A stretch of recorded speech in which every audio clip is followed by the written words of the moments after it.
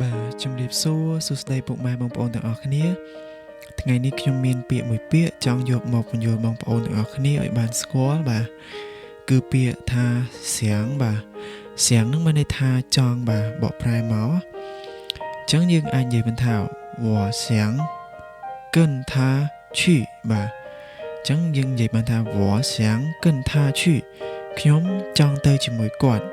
បាទដែលពាក្យសៀងហ្នឹងយើងអាចភ្ជាប់បាទនាមជាមុនមកបន្ទាប់មកយើងអាចភ្ជាប់ទីកន្លែង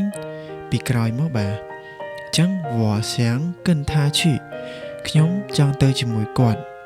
បាទបន្ទាប់មកប្រយោគទី2我想跟他说បាទខ្ញុំចង់និយាយជាមួយគាត់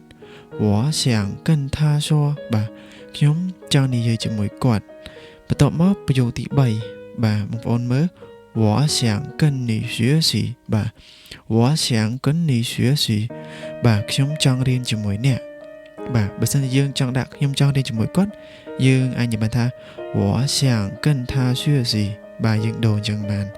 បន្តមកទៀតបាទប្រយោគទី4我想休息一下បាទ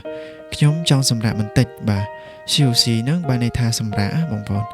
我想休息一下បាទខ្ញុំចង់សម្រាកបន្តិចបាទបន្តមកទៀតប្រយោគទី5បាទ我想回家了បាទខ្ញុំចង់ត្រឡប់ទៅផ្ទះ我想回家了បាទខ្ញុំចង់ត្រឡប់ទៅផ្ទះហើយបាទនិយាយចឹងបានណា